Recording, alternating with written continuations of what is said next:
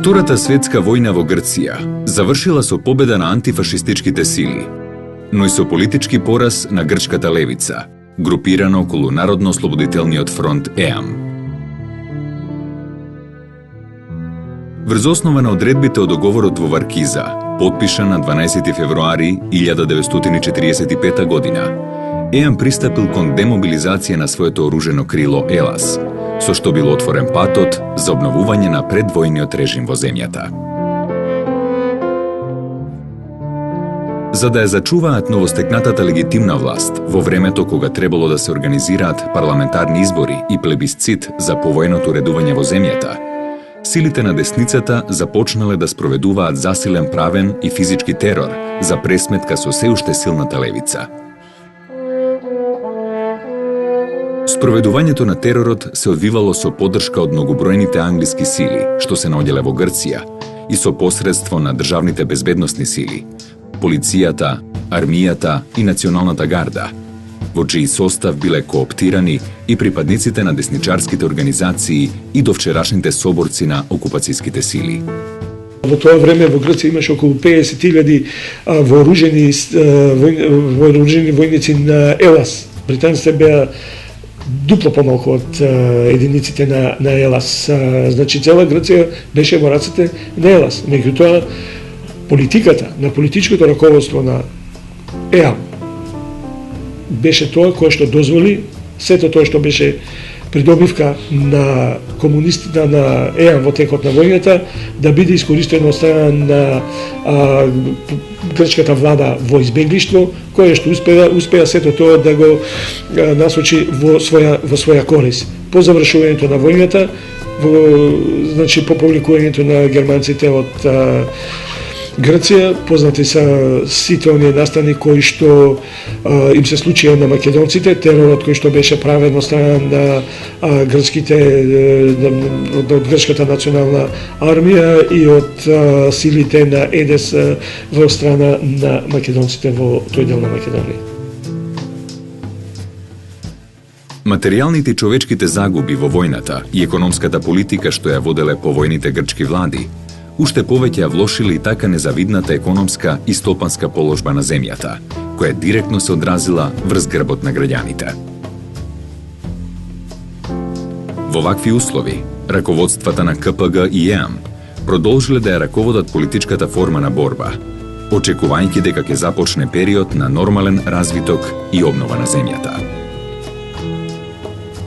На 11-тиот и 12-тиот пленум на партијата, како и на незиниот 7-ми конгрес, одржани во текот на 1945 година, како главен виновник на војно-политичкиот крах на ЕАМ Елас, бил посочен надворешниот фактор. Оправдувајќи ја политиката на КПГ во текот на војната, незиниот генерален секретар Никос Захаријадис сметал дека вклучувањето на ЕАМ во грчката влада и отстранувањето на странската интервенција биле единственото решение за стабилизирање на земјата. Од друга страна, во услови на крајно влошена војно-политичка ситуација во земјата и постојаниот терор, кој земал се поголеми размери, партијата го потенцирала неотуѓивото право на народот да се одбрани од насилствата и да организира масовна народна самоодбрана, употребувајќи ги средствата на своите противници. Појавата на оружени групи во планините и низата штрајкови организирани од ЕАМ, кои во првата седмица на јануари 1946 година ја достигнале својата кулминација во голем генерален штрајк, раширен во целата земја, представувале вовед кон отворениот курс на КПГ за организирање оружен отпор, заземен на вториот пленум на незиниот Централен комитет, одржан во февруари 1946 година. Во селото Литохоро, Катеринско, една вооружена група извршила напад врз жандармериската станица 2 месеци подоцна, на 30 март 1946 година. Датум што се зема како почеток на граѓанската војна во Грција. Истовремено, била донесена и одлука за формирање единствено раководство на оружените групи на левицата, доверена на членот на Политбирото на Централниот комитет на КПГ и комесар во Елас Маркос Вафијадис. Таа одлука била заокружена на 28 октомври 1946 година со формирањето на главниот штаб на оружените сили на левицата, преименувани во Демократска армија на Грција, ДАГ.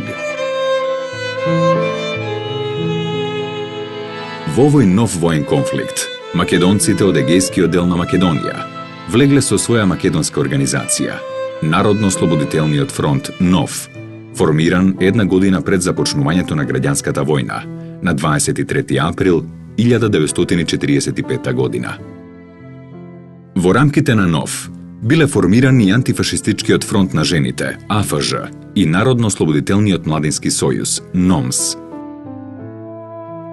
На основачкиот состанок било избрано и главно раководство во состав Паскал Митревски, Михајло Керамичиев, Џорџо Урдов, Павле Раковски, Атанас Коровешов и Минчо Фотев.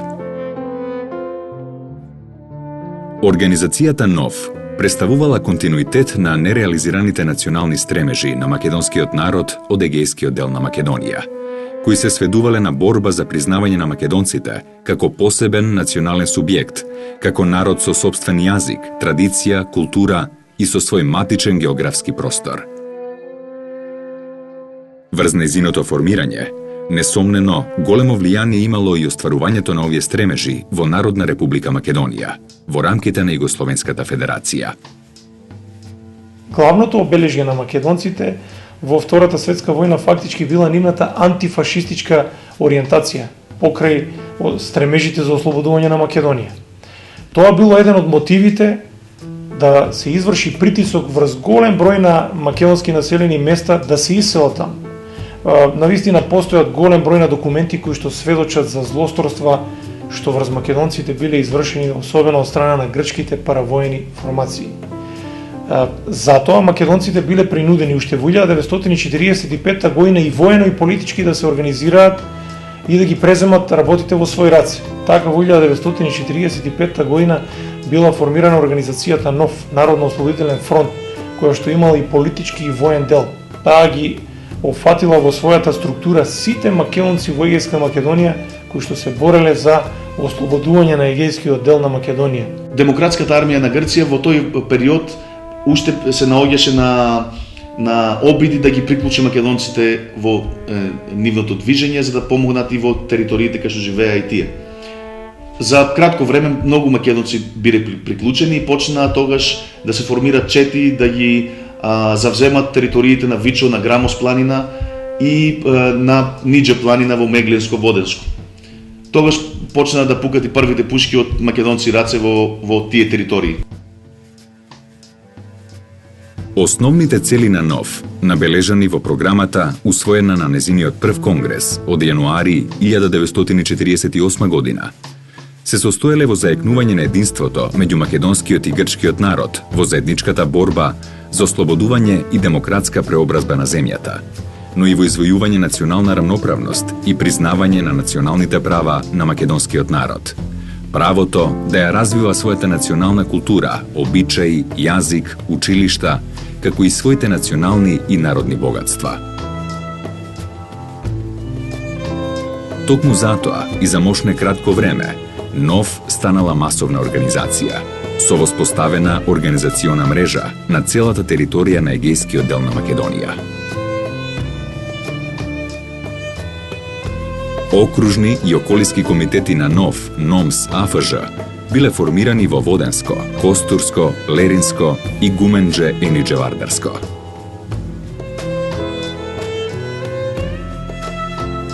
Во исто време со зацврстувањето и проширувањето на своите редови, организацијата НОВ презела и низа мерки за заштита на населението од безмилосниот терор, вршен од страна на државните безбедносни сили и на десничарските организации, кој во егејскиот дел на Македонија достигнал особено големи размери.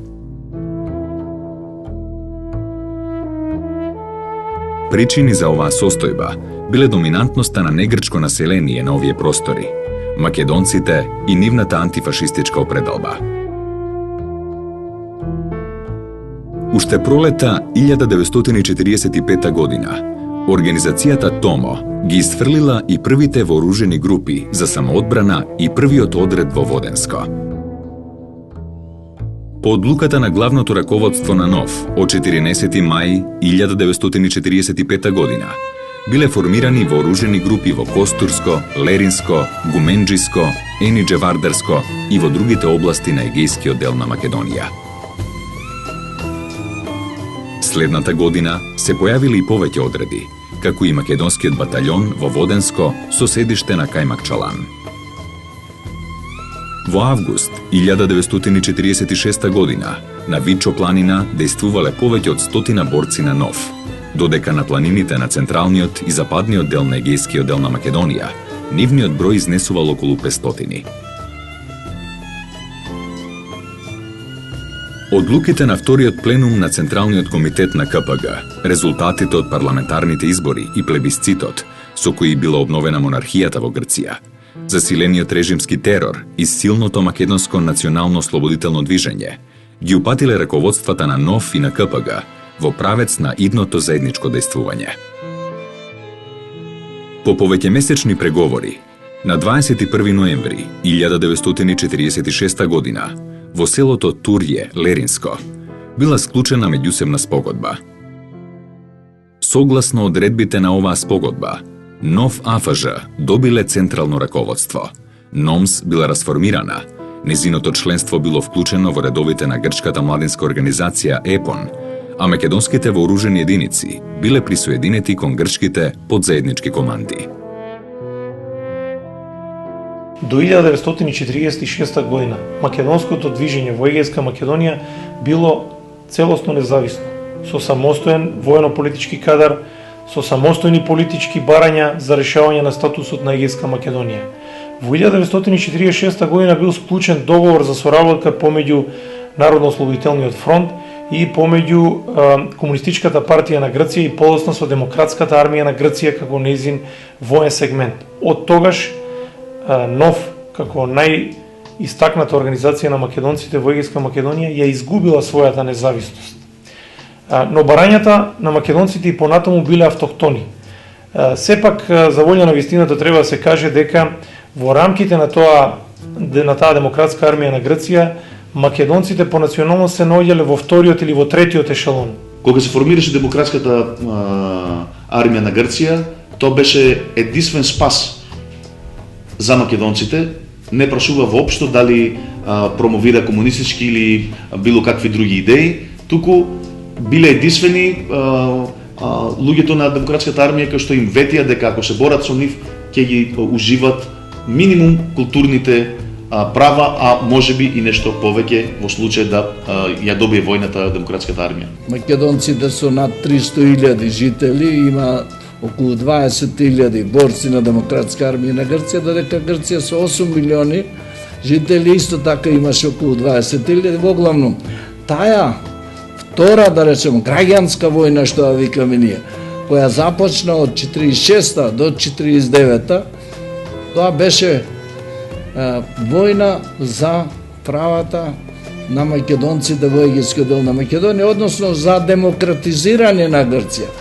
за воведување на демократија, и во таква една победа на грчката комунистичка партија во Грција беше ветено дека македонците ќе ги добијат сите права што им следуваат, како слично што се случи во Βαρδάρскиот дел на Μακεδονία. Κοιτάξτε, για μένα ως Έλληνα και για πολλούς άλλους εδώ πέρα, το Κομμουνιστικό Κόμμα Ελλάδας θεωρείται ότι στο συγκεκριμένο ρόλο και χρόνο έπαιξε ένα ρόλο ανθελληνικό. Υπήρχε δήλωση του στρατιωτικού αρχηγού του Κομμουνιστικού Κόμματος στο Δεύτερο Παγκόσμιο Πόλεμο, του Άρη Βελουχιώτη, ότι τα σύνορα της Ελλάδας σταματούν στον Όλυπο. Ήταν καθαρή προπαγάνδα. Για ποιο λόγο? Για να προσελκύσει Σλαβομακεδόνες στον εμφύλιο πόλεμο κατά του ελληνικού στρατού στις τάξεις των κομμουνιστών. Και έγινε αυτό. Υποσχέθηκαν δηλαδή στους Σλαβομακεδόνες που ζούσαν μέσα στην Ελλάδα εθνική αποκατάσταση, αλλά γρήγορα το ξέχασαν αυτό οι Έλληνες κομμουνιστές. Ήταν ένα τρίκ για να τους πάρουν με το μέρος τους στον εμφύλιο πόλεμο κομμουνιστές με ελληνική κυβέρνηση στην Αθήνα. Многу интересно дека Грците, всушност, Грчката комунистичка партија, и тоа се гледа од нивните ставови денес, на некој начин не изманипулира нас македонците. Кога им требавме во борба против грчката десница, кога беа потребни македонци, тогаш ни ветуваја човекови права, јазик и сето тоа, и се разбира нашите гледаат таа можност за национално ослободување и се приклучуваја. They didn't really care if communists were, closer to Stalin or to Tito or to the Soviet Union or to Yugoslavia. They just wanted to feel better in their own lands, because they were autochthonous people. They didn't come from anywhere. They were feeling that they are in this area for ages, and they deserve to have their own identity, to have their own language, to have their own, to decide on their own about their future. And this was promised to them by the communists. That's why they were massively supporting the communist movement during the Civil War. По склучувањето на спогодбата меѓу КПГ и НОФ настапило на тамошно зголемување на борбениот потенцијал на демократската армија и разгорување на граѓанската војна во Грција. Македонскиот народ од егејскиот дел на Македонија уште од 1946 година масовно се вклучил во оваа војна. До одржувањето на првиот конгрес, активноста на НОФ АФЖ се одвивала преку 16.260 члена, организирани во 3 окружни и голем број реонски и месни одбори. А до крајот на војната, членството пораснало на повеќе од 20.000 лица. Во пролетта 1947 година била создадена слободна територија на просторот на планините Вичо и Грамос. Било слободен планинскиот масив на Нидже, Джена, Пајак планина, Каракамен, а слободни територии биле создадени во Источна Македонија, Тракија, низ цела континентална Грција, на Пелопонес и на островите. Македонските борци представувале значаен дел од борбениот потенцијал на ДАК, не само на територијата на егејскиот дел на Македонија, туку и во другите делови на Грција. До крајот на војната, во вкупната бројка од 35.000 борци во редовниот состав на демократската армија, македонците учествувале со 1/3 или со повеќе од 14.000 борци на целата територија на Грција и со дури 3/4 од вооружените сили на штабот на ДАК за Централна и Западна Македонија. Освен тоа, околу 7.000 македонци и македонки биле ангажирани во помошните служби на ДАК на слободните територии во егејскиот дел на Македонија, кои постоеле до крајот на војната. Остварувањето на националната рамноправност и националните права, една од главните задачи поставени во програмските документи на НОФ, во текот на војната биле реализирани преку примена на македонскиот јазик и слободна афирмација на македонските национални и културни вредности. Со статутарниот акт на главниот штаб на ДАГ од 10 август 1947 година, на македонците им биле признаени националните права и било донесено решение за отворење училишта во кои наставата ќе се одвива на јазикот на малцинствата. Врз основа на овој документ, во егејскиот дел на Македонија биле отворени 87 македонски училишта со околу 10.000 ученици, а биле организирани и 2 курса за народни учители, низ кои поминале 217 македонци и македонки. Недостигот од македонски учебници бил надополнуван со учебници со друг наставен материјал, подарен од Министерството за просвета на Народна република Македонија, од разни грчки учебници, како и од материјали издадени од организацијата НОФ. Во афирмацијата на македонскиот идентитет, голема улога одиграла и печатот издаван од НОФ АФЖ. Весниците Билтен, Зора, Непокорен, Победа, Единство и Нова Македонка, кои излегувале двојазично. Потоа органот на 80-та бригада на штабот на ДАК за Пајак и Кајмак Чалан, Борец, како и разни брошури, студии, предавања и летоци на НОФ, умножувани и дистрибуирани меѓу населението. Од јануари 1949 година, Овие изданија биле печатени во првата македонска печатница, отворена на слободната територија на Вичо. Освен тоа, биле формирани културно-просветна група на НОВ и Македонски народен дувачки оркестар, кои ја негувале македонската фолклорна традиција.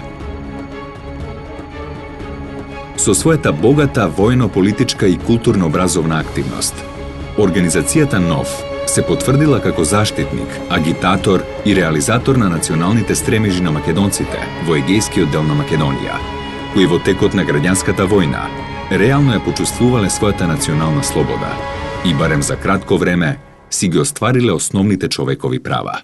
Тука биле создадени и тие слободни територии на кои што се одвивал слободен живот и биле стационирали и военото и политичкото раководство на ДАК и на Македонското национално ослободително движење. Многу малку слободни територии имаме во, така да кажеме, делот на Стара Грција, ако може да се каже, затоа што таму демократската армија на Грција не била толку масовно прифатена и подпомогната како што се случувало во егејскиот дел на Македонија. Впрочем, доказ за тоа се и слободните територии на кои што во периодот од есента 47 до пролета 48 година си функционирала една власт, привремена власт на овие територии во егејска Македонија. Како напредуваше граѓанската војна, така македонците во егејскиот дел на Македонија добива се поголем елан и за жал, кога тоа го видоа големите сили тука пред се Англија и Америка, видоа дека може да се случи некоја промена во Грција и пуштија своите сили и 49 година заврши граѓанската војна на штета и на грчките комунисти, но најголема штета претрпеа македонците. Победата на Грција ја извојува, како што и денес настојуваат да ја извојуваат, надворешни сили. Америка и Англија ја извојува победата во граѓанската војна, во завршните операции, во кои беа потиснати и демократските сили на Грција во целина, но особено македонскиот елемент од народно-ослободителната војна на македонскиот народ во егејскиот дел на Македонија.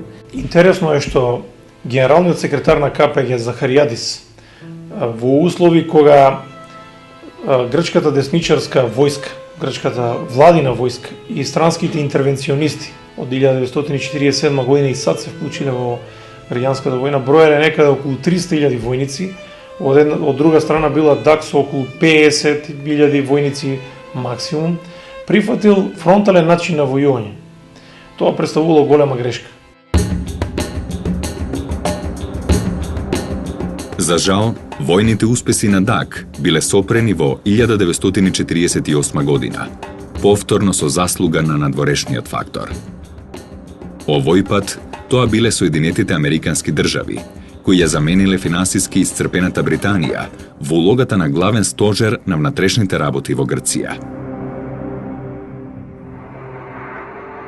Применувајќи ги така наречената Труманова доктрина и Маршаловиот план, САД станале водечки фактор во борбата против натамошното ширење на советското, односно комунистичкото влијание во Европа. Логистичката и друга помош што ДАК ја добивала од соседните Југославија, Албанија и Бугарија, не можела да се спореди со американската стопанска и војна помош која стапувала на сцената.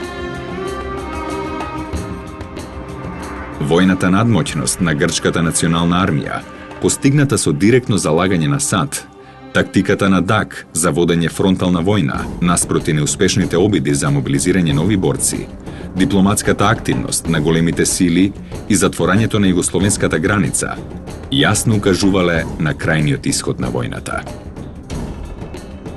Големите битки на двете армии на планините Пајак и Нидже од 3 до 7 јули, на планината Вичо од 10 до 16 август и на планината Грамос од 24 до 30 август 1949 година биле поразителни за ДАК. Нејзините единици и раководствата на КПГ и на НОВ биле принудени да се повлечат на албанска територија и повеќе да не се вратат назад. Повлекувањето значело дефинитивен пораз на грчката левица, а воедно и крај на граѓанската војна во Грција. Америка и Велика Британија проблемот со граѓанската војна во Грција го гледаат чисто од гледна точка на борба меѓу комунизмот и условно нареченото капитализмот или демократите. Значи, тоа беше борба меѓу Советскиот сојуз и Америка. Америка даде огромна помош на Грција и во оружје и во уште поважно во како војна помош со инструктори, значи имаше на лице место американски инструктори и британски инструктори кои им кажуваа на грчката војска како да војува. И тоа е на причината што во грчката граѓанска војна победи тој што победи. Значи грчката монархистичка влада или монархофашистичка, како ја нарекуваат многу наши историчари. И тука мораме да кажеме дека беа употребувани многу ужасни методи на борба кога беа бомбардирани и уништувани цели села. Тука е интересно што грчката историографија ниту во децениите претходно, ниту сега не најде храброст и доблест да признае дека таа војна немала само идеолошки карактер, туку била и војна за етничко чистење на македонците. Ниту во најсовремените грчки историографски трудови никаде нема да најдете дека македонци по националност, не географски, се бореле во текот на таа граѓанска војна во Грција. Секаде и на таа војна и бил придаван идеолошки предзнак, дека тоа е војна помеѓу левицата и десницата. Ни трага од македонци по националност, тоест од етнички македонци. Значи тие методи на масовна уништување на македонско население може да се нарече и слободни геноцид, бидејќи гледаме од ново публикувани документи на грците во тоа време дека навистина и со советниците од Англија и од Америка му кажуваа на Грција дека вие имате проблем со славофонското население на вашата северна граница, кој мора да го решите на некој начин. И значи, оваа граѓанска војна беше еден начин грците да се ослободат од македонците, кои за нив беа непријателски елемент. Последиците од граѓанската војна за македонците од егејскиот дел на Македонија биле огромни. Војните операции и континуираниот физички и правен терор, спроведуван од страна на режимот, однеле многу човечки жртви.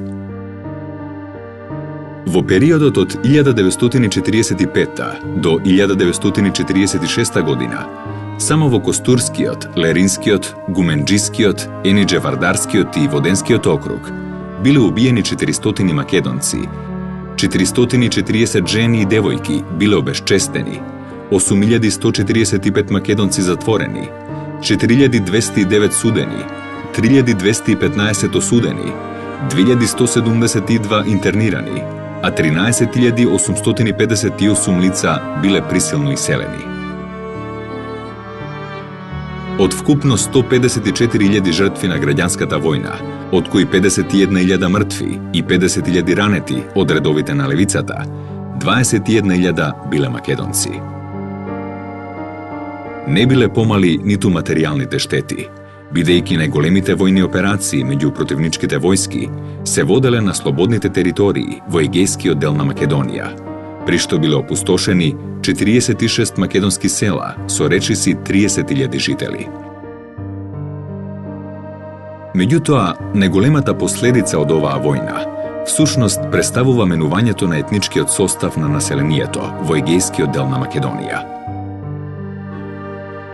Од вкупно 90.000 принудно иселени лица од Грција, 50.000 биле македонци, кон кои треба да се додаде и поголемиот број од вкупно 28.000 грчки и македонски деца евакуирани во источноевропските социјалистички држави во 1948 година. Одлуката за евакуација, да речеме, односно за спасување на децата, ги донесе раководството на Демократска армија на Грција или по-конкретно би рекал Комунистичка партија на Грција. Тоа значи Захариадис, Маркос, Врвот. А причини беа две. Една е да се ослободат родителите за да можат да помагат граѓанската војна И второ, да можат децата да се спасат од војните дејства и да учат, односно да завршат училишта во земјите во кај што беа прифатени. Со цел по ослободувањето на Грција, односно по победата на ДАК, да се вратат во своите родни места, но за жал се случи, нели, она што се случи, децата останаа во светот распрскани, се вратија еден мал број, околу 8.000 дечиња, воглавно тоа беа Грчиња, од 28.000 деца бегалци, 20 беа македончиња, 20.000 македончиња, а 8.000 Грчиња. Грчињата, заради тој фамозен закон што го донесе Грција, дека во Грција може да се вратат само грци по род, ни беше нам спречено да се враќаме во тој дел. И сега, тука има уште еден податок дека кралицата, грчката кралица, која представуваше, нели, се знае што е кралица, некаква власт, почна и они да ги собираат децата од оние краеви кај што партизаните не можеа да ги земат и настана едно надпреварување. Значи, Фредерика ги собира во островите децата и ги погрчува повеќе. Тоаш кралицата викнува 45 жени и дојдоа до заклучок да не се работи војна со уништување, него војна со измама. Значи да му се земат децата на тие луѓе, тоаш во тој случај ќе се вратат тие во домовите. И после тој проглас се даде во Грција. Значи вратите се вие што учествувате во таа војна и таа работа. Последиците на граѓанска војна за македонците биле катастрофални. Тие во суштина го живеа по тешкиот крај на таа војна, бидејќи нивните села беа срушени, населението повеќето било принудено да најде засолниште во други држави. Двајца браќа на мојот татко завршија во Русија, баба ми и еден стрико заврши во Полска, еден во Румунија. Мислам, тоа е судбината на сите македонци од тоа време. Όλος ο κόσμος ο οποίος ανέβηκε στο βουνό και πολέμησε εναντίον των Ελλήνων και των ξένων που είχαν μια διοίκηση δεξιά, αν θέλετε, πατριωτική κατά τα άλλα, αυτοί οι άνθρωποι δεν είχαν πολλές επιλογές. Όταν γίνεται ένας εμφύλιος πόλεμος, βάρτε τη Λιβύη, ένας ολόκληρος κόσμος φεύγει. Έφυγαν και Έλληνες λόγω φρονημάτων και οι άλλες εθνότητες που δεν ήταν πολλοί Έλληνες. Έτσι, δηλαδή το στοιχείο του να είμαστε όλοι Έλληνες και μόνο Έλληνες ήταν πολύ ισχυρό. Άρα προφανώς και οι Μακεδόνες έφυγαν και το ξέρουν. Околу 20.000 борци на ДАК. Мнозинството од нив, околу 7.000 борци, по завршетокот на војната исто така се иселени во источно европските земји. Тоа празнење на македонскиот простор од етничкиот елемент, македонскиот етнички елемент на во егејскиот дел на Македонија, практички оставаше место за доселување на инородно население и за тотално менување на структурата на населението. Најголемиот дел од македонските војно-политички раководители по трагичниот крај на граѓанската војна во Грција биле уапсени токму по барање на Комунистичката партија на Грција од страна на албанската служба за државна безбедност и биле транспортирани во тогашниот Советски сојуз, каде што останале долги години поред на робија. Дури по десетици години и особено по смртта на Сталин во 1953 година на дел од нив им биле укинати пресудите, па се вратиле во тогашна Народна република Македонија. Многу малку од нив се вратиле во Егејска Македонија затоа што таму имаме услови на терор. Посебно поглавје во историјата на граѓанската војна во Грција представува политиката на систематски терор на грчките безбедносни сили и десничарските вооружени групи врз населението во егејскиот дел на Македонија. што всушност представува нова фаза од етничкото чистење на Егејска Македонија, кое започнало уште со Балканските војни. Уште во 1945 година, македонците од Егејска Македонија биле убивани, масовно затворани под обвинение дека се автономисти и странски шпиони, а биле извршени и голем број интернирања на островите во Егејско море. Во источниот дел на Егејска Македонија крстосувала грчката андарска чета на Андонис Фостеридис, кого македонците го нарекувале Андон Чауш. Во пролета 1945 година, одредот на Андон Чауш во соработка со англиската војска убил 4 македонци во градот Драма и неговата околина, а биле извршени неколку убиства и во селата околу Серес. Вооружените припадници на така наречените батальони за безбедност, во соработка со англиската војска, во 1945 година, во градот Драма и околината, затвориле околу 600, во Серес 500, во градот Ксанти 300 и во градот Кавала околу 400 граѓани, македонци по националност. Во април 1945 година, грчко-англиските вооружени одреди извршиле неколку ликвидации врз македонци и во селата Зрново и Старчиште Драмско. Во Костурско, во април 1945 година, грчката десничарска власт со помош на англиската војска убила 11 македонци, 390 македонци биле уапсени, над 25 жени и девојки биле силувани, од 1200 куќи била ограбена по куќнината, додека од македонските селани биле одземени 19.100 глави ситен добиток и 4470 глави крупен добиток. Во април 1945 година во Солун биле осудени на смртна казна 6 македонци и 2 на доживотна робија, а во Леринскиот затвор од мачење умреле 4 затвореници македонци. Во селото Бесфино, Леринско, биле уапсени и подложени на мачење 40 македонци и македонки само затоа што на великденските празници пееле македонски песни и играле македонски ора. Репресивните мерки на грчката десничарска влада особено се засилиле во 1946 година, кога и официјално започнала граѓанската војна во Грција. Во јуни 1946 година, една грчка војна единица влегла во селото Дмбени, Костурско, при што претепала неколку десетици луѓе под обвинение дека отпорано соработувале со грчкото национално ослободително движење ЕЛАС. Во август 1946 година, една поголема грчка војна единица влегла во селото Бабчор и сурово претепала околу 150 селани, поради сомневање дека ги помагале македонските партизански групи од Костурската околија. Во летото и есента 1946 година, грчката владина војска започнала со терор и убиства врз македонците и во Мекленско. Од страна на грчката војска и жандармерија настрадале селата Пожарско, Тресино, Струпино и други, при што биле убиени неколку постари селани. Во септември 1946 година, грчка војна единица навлегла во селото Пожарско, при што во селското училиште безмилосно биле тепани македонци, чии синови или керки се наоѓале во редовите на ДАГ. Додека траело измачувањето, селаните под закана со стрелање биле наредени пред училиштето и го гледале безмилосното измачување.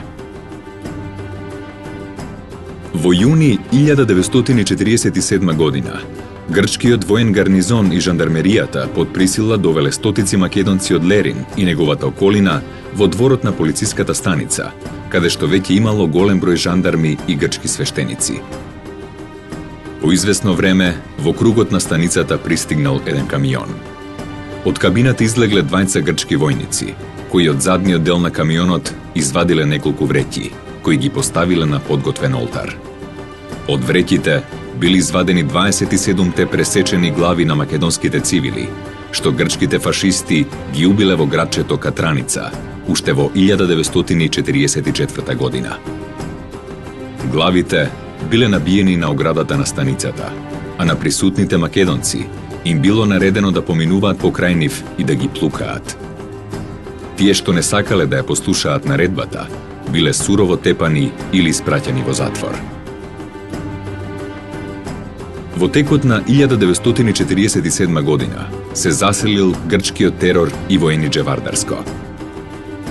Во јуни 1947 година грчката полиција уапсила околу 80 жители од Енидже Вардарско, од кои повеќето биле осудени на казни затвор, додека еден дел бил испратен во интернација на грчките острови.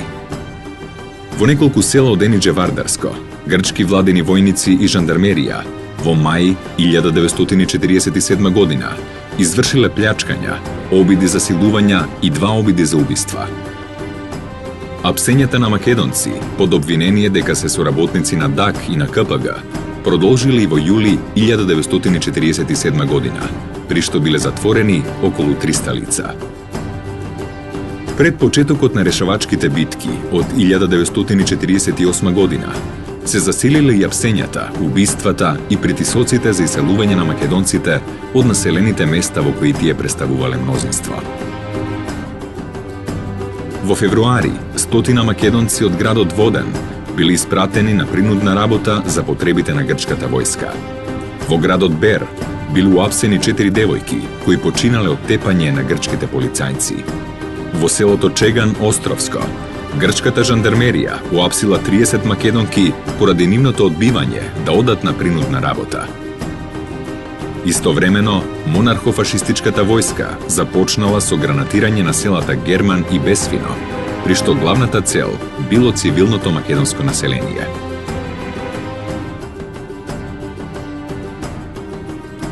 Покрај физичкото малтретирање и постојаните закани, грчката власт во 1948 година се повеќе практикувала и ликвидацијата без судење, особено во помалите места. Во селото Чеган биле стрелани 4, а во селото Аспро 6 целани под обвинение дека биле симпатизери и соработници на КПГ и ДАГ.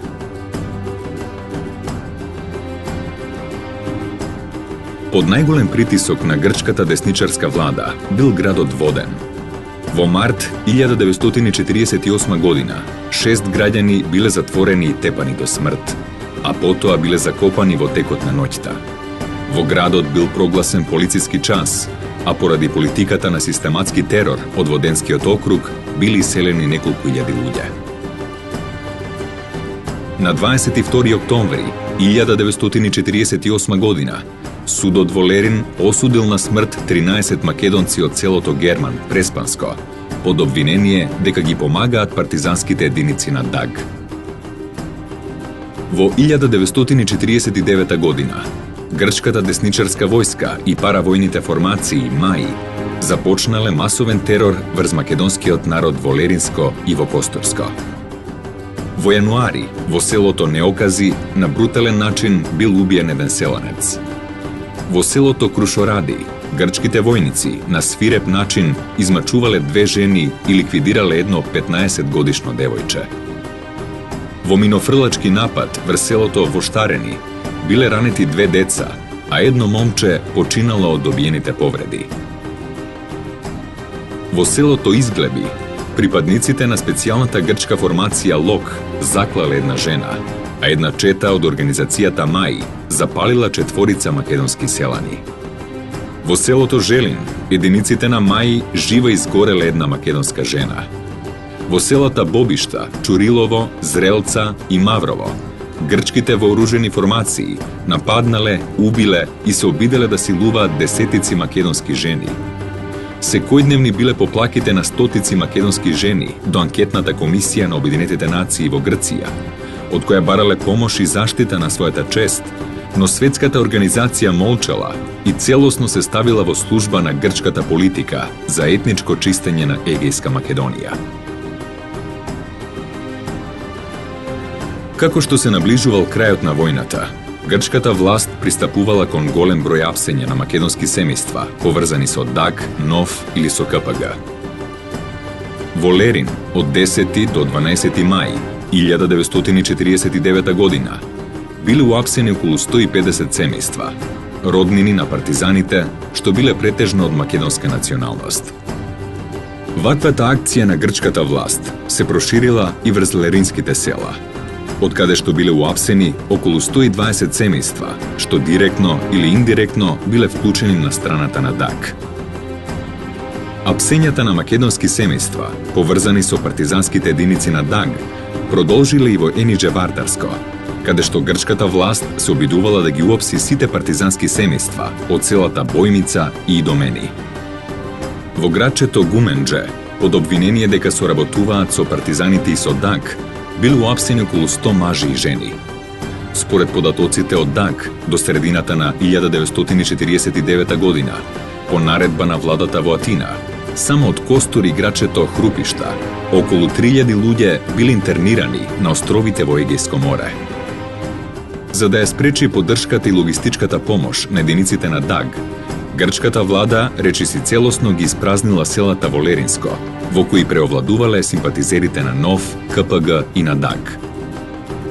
Ваквата мерка се покажала успешна, затоа што во решавачките битки единиците на ДАГ ја изгубиле базата, која се наоѓала во македонските села, откаде што се снабдувале со храна и со облека. Општата атмосфера и антимакедонското расположение во Егејска Македонија го поттикнувале и печатените весници блиски до грчката влада. Против македонците била поттикнувана хајка и омраза, а били изнесувани и квалификации од типот дека македонците се балкански судети, автономисти, дестабилизатори на Грција, Титови шпиони и слично. Во голем број статии, омразата кон македонците одела до тој степен што се повикувало на нивно физичко уништување или протерување преку границата. Класичен пример за таквата омраза било целосното уништување на неколку македонски села, кои до темел биле разурнати. Во септември 1948 година, грчката војска започнала непрекинато бомбардирање на селото Бабчор, при што тешка артилерија и авиони ги уништиле речиси сите куќи. Последните жители од ова македонско село се иселиле во земјите од источниот комунистички блок и во Југославија и никогаш повеќе не се вратиле во родното место. Таква била судбината и на селото Вмбел, Костурско. На 15 август 1949 година грчката војна авиација започнала да го бомбардира селото, пошто цивилното македонско население и припадниците на ДАГ се повлекле во правец на албанската граница. Од селото Вмбел заминале сите негови жители, освен неколку премалени стари луѓе. Кога влегле во селото, грчките владени војници ги запалиле сите куќи што му одолеале на бомбардирањето, а потоа со детектори ги проверувале разурнатите куќи и дворови во потрага по вредни скриени предмети. Убаво обработените камења од разурнатите селски куќи завршиле како украс на грчките офицерски куќи во градот Костур. The Greek state was very successful in assimilating the remainers of Macedonian-speaking population after the civil war, after 49. They were very successful. And they were very successful for mainly two reasons. The first reason was because they used all methods that they could use, from terror to excluding these people from the public services, from depriving them from basic rights to work or to speak their own language. They implemented all these measures that one regime could implement in order to assimilate a minority group, and they were successful. And the other reason why they were so successful was because the remainders of the Macedonians who stayed in Greece after the civil war were the ones that were completely afraid and intimidated, the ones that were, let's say, eager to become Greeks or Grekomans in order to avoid any further complication in their lives.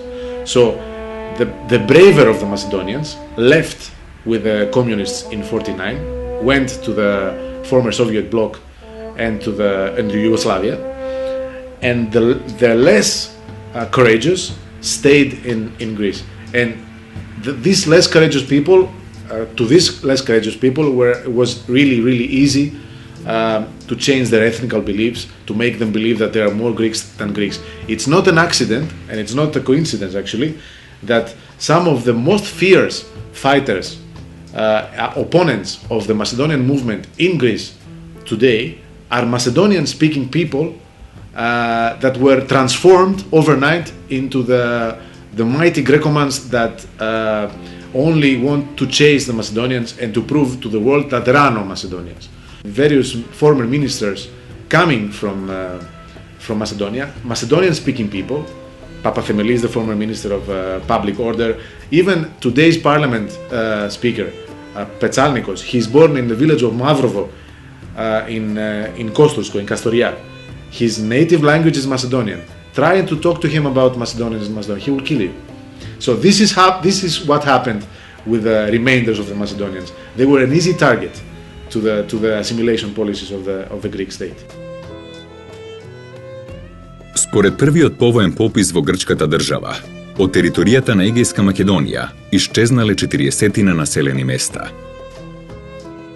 Голем број македонци што се бореле во Нов и во Даг се иселиле во источните комунистички држави и во Југославија. Македонскиот етнички елемент значително се намалил во деловите што биле зафатени од виорот на војната. Но и покрај се, во западните и во северозападните делови на Егејска Македонија, македонците и понатаму биле во значителен број. Во Костурско, Леринско, Воденско, Мегленско и Кајларско се уште постоеле села во кои македонците биле повеќебројни од грчкото и од маđирското население, а некои села биле речиси целосно населени со етнички македонци. Граѓанската војна во Грција не го уништи македонскиот национален карактер на Егејска Македонија и таа состојба е задржана до денешни дни.